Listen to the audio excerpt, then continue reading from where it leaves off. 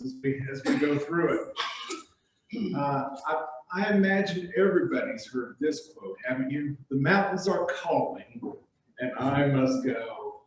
In fact, for those of you who live around here, that may be why you live here, right? Because the mountains are calling, and you don't have as far to go if you live around here, right?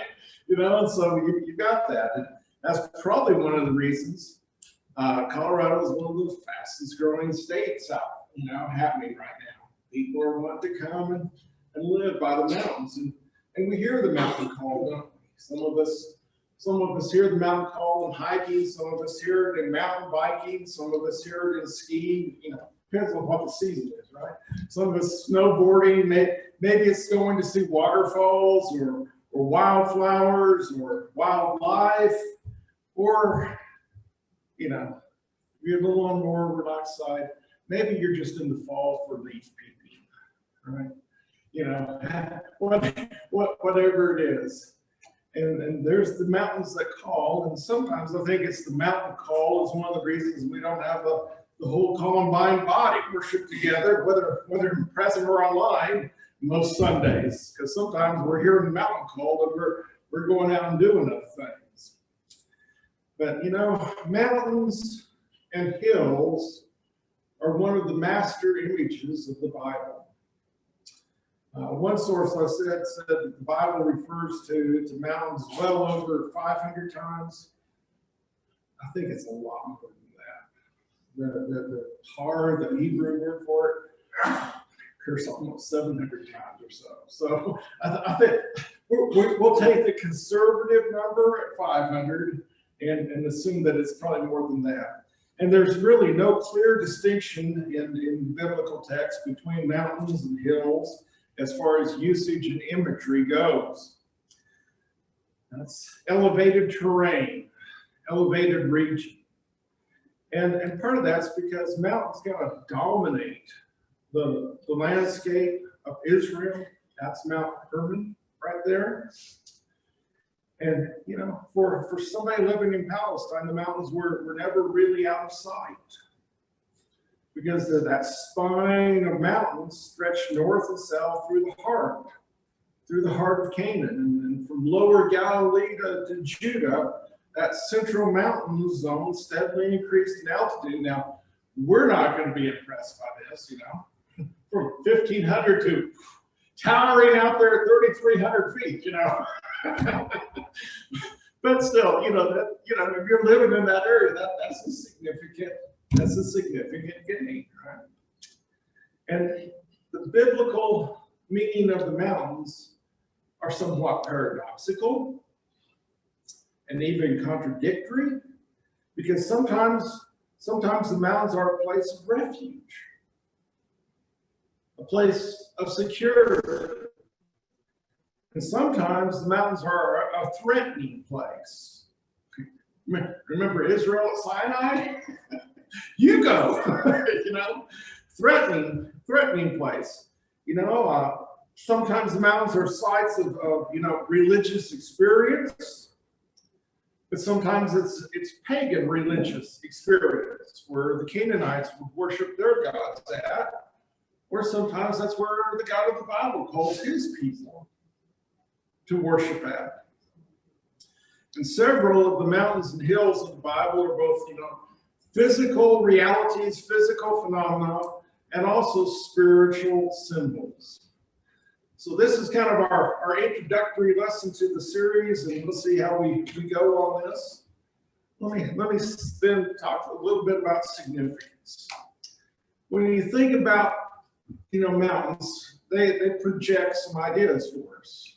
One of those things is that of durability. You find that in Genesis. It's the everlasting hills. That's some durability if you're talking about, being able to put everlasting with it. Now, everlasting is truly not everlasting, but you get the idea of, wow, they're here and I'm lying. Right? Some durability going on with that. Or Deuteronomy 33 and verse 15, with the finest produce of the ancient mountains, and it's the ancient mountains. Hear that? The ancient mountains. Been around a while. There's some durability there. And yet also in your biblical text, there's a recognition that they're just part of creation before the mountains were brought forth, right? There is God who created them. They haven't been around totally forever. And so one image you get is durability, but there's something about the massiveness of the mountains that impress us and convey some things to us. Large and impressive. I know. We've got a lot of 14,000 plus peaks around here. But I'm still kind of attracted to that one in Western Washington, Mount Rainier. I know it only tops out at 14,411 feet. But folks, you know where it begins at? It's a little bit lower than where most of them around here begin at. And you go and and you say up there, when the mountain is out, because a lot of days up there are kind of like the last 2 days here, it's kind of cloudy everywhere, right? But when the mountain's out, it's a very impressive, nothing around it is close to its size going on. And the massive size of the mountains speak to the power and the greatness of the one who created. And so they tell us some things about God's nature. And the Psalms would say, your righteousness is like the mountains of God. So he's comparing God's righteousness to the mountains. Or in Psalm 65, by awesome deeds you answer us with righteousness, O God, of our salvation, and the hope of all the ends of the earth and the farthest sea, the one who by his strength established the mountains, being girded with might. So the mountains tell us about the strength of God, the one who made those massive things. When in Psalm 76 in the New Revised Standard says, glorious are you, more majestic. I think we'd say there's something majestic about the mountains, but God is even more majestic. And so you see something about the mountains, but there's topped by the God who created them. Or one or two more for you. Psalm 125 verse 2 is the mountains surround Israel or Jerusalem, so the Lord surrounds his people. So they're taking the idea from, this is what we see around us. You know what? Our God's like that. He surrounds, he protects his people. Or Isaiah 54 and verse 10, where the mountains may depart, the hills be removed, but my steadfast love. Again, the mountains look like durable things, around a long time, but God's steadfast love is around even more. So there's significant images, and I'm sure I haven't exhausted them, but there's some to at least kind of get you thinking about some of the significance of the mountains and the images that they give to us. The other thing you can think about, especially with the mountains, is significant events. And so there's kind of the plan. This is a tentative plan for us for a while here. I have rights to change titles in mountains at my discretion. It won't be in the middle of the lesson, but but because that doesn't cover everything, and there's some significant ones that's not there. But that's kind of how we'll progress. We'll talk about some of these significant events. There's victories, there's defeats, there's sacrifice, there's peril, there's worship. And really the mountains in the Bible take us from creation to new creation. They are a way of thematically looking at your Bible and seeing the story that develops.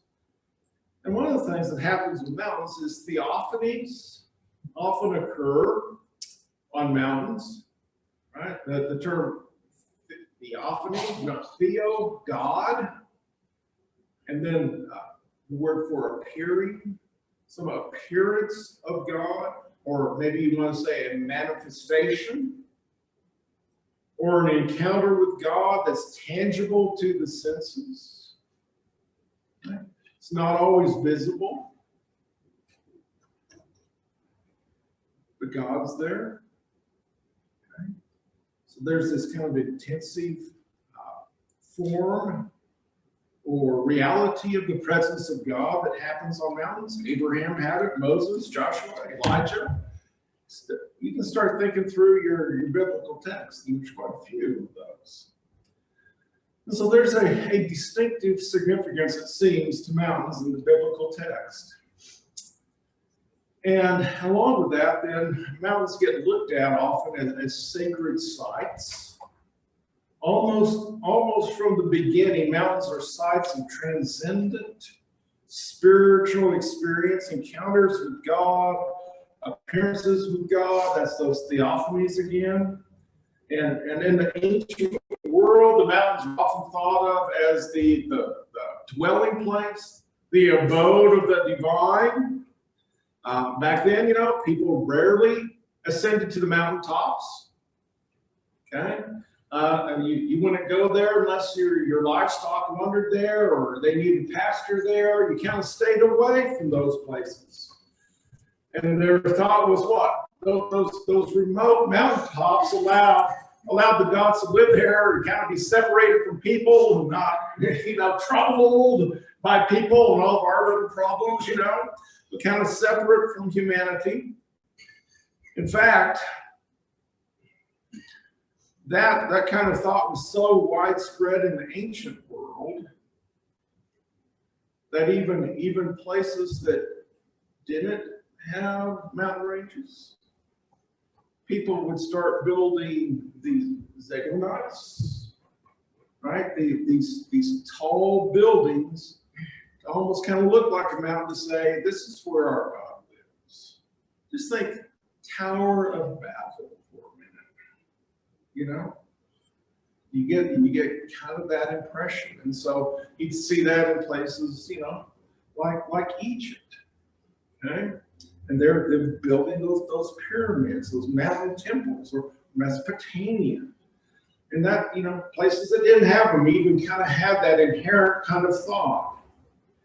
And so mountains kind of became understood as places of religious power. So in Syria, what we call Syria, there's Mount Zaphon, which the Canaanites thought of as the abode of Baal. The abode of Baal, okay? His home. Or we're probably more familiar with maybe Mount Olympus, the home of the Greek gods. You're saying, I don't want to hear about the Greek gods. I don't want to hear about Baal. Give me Bible, Johnson. Okay, what's our text today? I will lift up my eyes to the hills or to the mountains. Saying, what's he doing? Where am I going to find help? And where he's thinking he's going to find help. It's with God, isn't it? The God's the source of his help comes from the Lord. He states it. But in this process of stating my help comes from God, he's saying, I'm lifting up my eyes where God is. I'm lifting up my eyes to the hills. In fact, the God revealed in the Bible became closely identified with mountains in different times. Just hear about the Syrians. It's in 1 Kings chapter 20 and verse 23. The servants of the king of Syria said to him, their gods, talking about the Israelites, their gods are the gods of the hills. See, what Syrians perceive about the Israelites' God, that's his realm up there. They're the gods of the hills, and so they're stronger than we. So since they're the gods of the mountains, right? If we're going to do battle with them, where we better do battle with them? On the plains. That's not their territory, right? This kind of localized God kind of thing. But do you hear what I'm saying with that? That text tells you that even in that type of thought, they associated the God of Israel mountains. Right? You see it again in verse 28. A man of God came near and said to the king of Israel, thus says the Lord. It's getting interesting. You hear the Syrian report in verse 23, then you hear the Israelite report, and notice what changes. Thus says the Lord, because the Syrians have said, the Lord. Verse 23, the gods, and it changes in the Israelite report from God of the Lord. The Lord is the God of the hills, but he's not a God of the valley. So telling the report again, but now getting a little bit straightened out about this is just the Lord.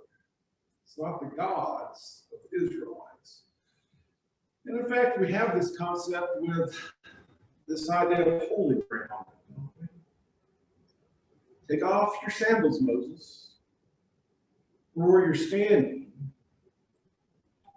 is on holy ground. And you read the text of Exodus, which is a good thing to read if you're talking about Moses taking off the sandals. Holy ground, isn't it?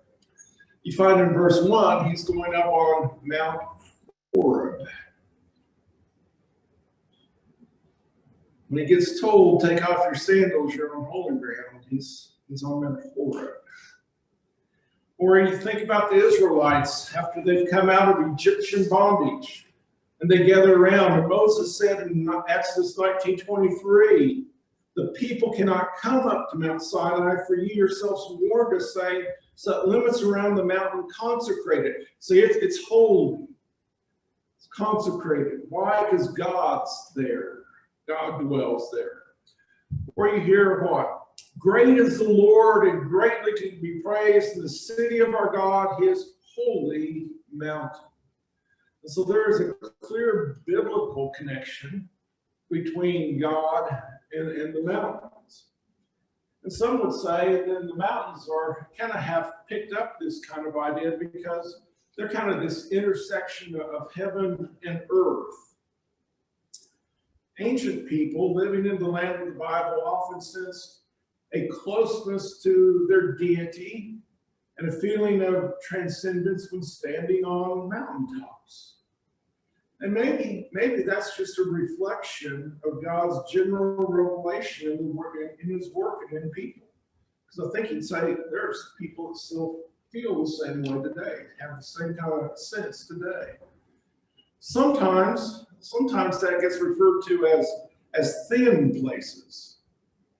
There's an old saying that heaven and earth are only 3 feet apart, and that in thin places, the distance is even smaller.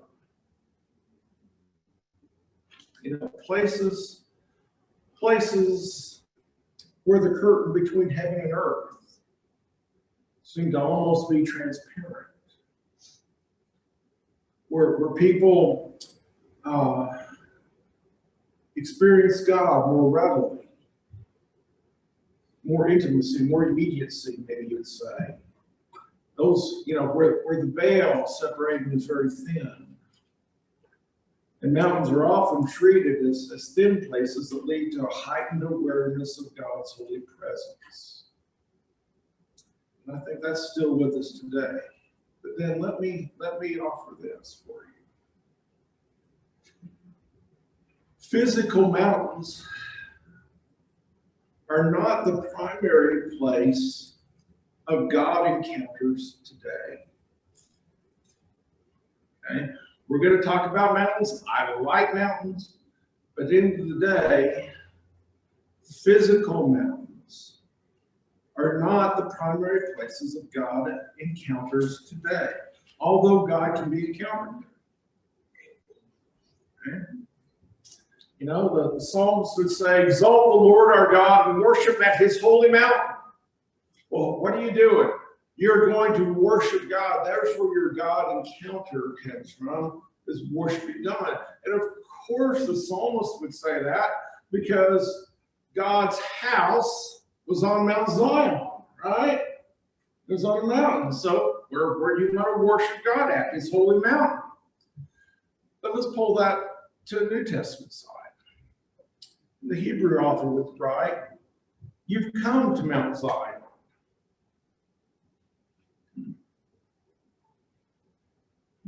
lots of debates about, where the original recipients of Hebrews lived at.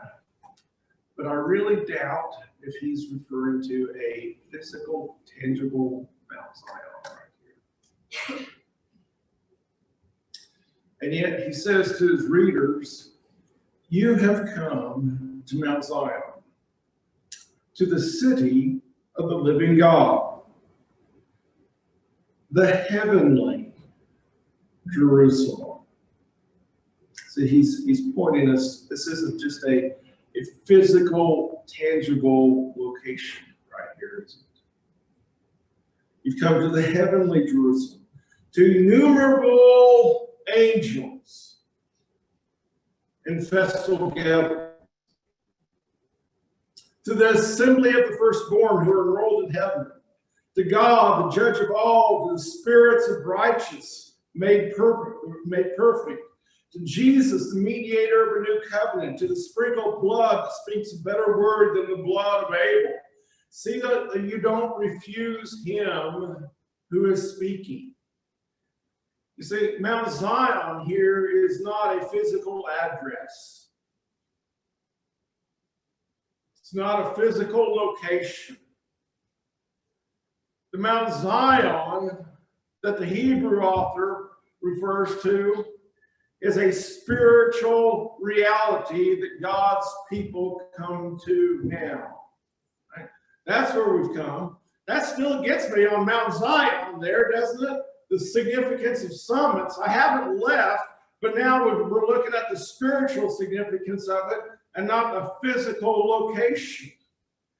And our approach to and our entrance to the mount's been made possible, or in this text and a lot of other texts in the New Testament, by the cross work of Jesus, hasn't it? It's the blood of Christ that speaks better than the blood of Abel. And therefore he's saying, what happens when we come as God's people together to worship? We encounter God. We encounter God.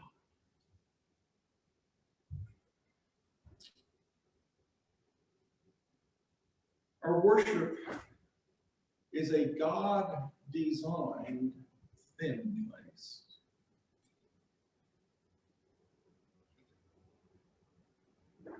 Let me say that one again. Our worship is a God-designed thin place. And if you leave this morning and you haven't encountered God, something's wrong. Because the Hebrew author says that's where we come. We come to the heavenly Jerusalem, haven't we? It's more than just an address here in Littleton, Colorado. And it's more than those wood pews with patio that you're sitting on. We've got this great encounter going on. And I think that's where our mountains are taking us, to our encounters with God. And I hope that our study of the events on mountains in the Bible will draw us closer to God, will help us understand our God to a greater extent, or warn us about the perils of not following God. There are some defeats on mountains. Right? And I hope it'll give us hope. Give us hope. Because I think the encounters on the mountains and hills in the Bible epitomize how God and people relate to each other. Have you encountered God this morning? I hope so. He's here. He's here. And if you missed him, it's not his fault. Maybe I may have something to do with it. but it's not his fault. Right? Have you encountered God this morning? Have you encountered God in your life so that you want to follow him and continue to encounter him? Let's be a people that are his people that long for his presence.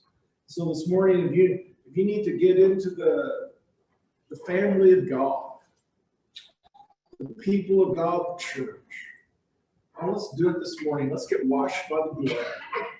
And that happens in the watery grave of baptism. On the other hand, maybe we've done that, and yet, man, our God encounters don't look too hot in our life. And we maybe need some revival. Maybe we need some more oxygen in our trip to the summit. You know, let's get that. Maybe we can help you with that, with prayers and lifting you up before our great God. So whatever your need is this morning,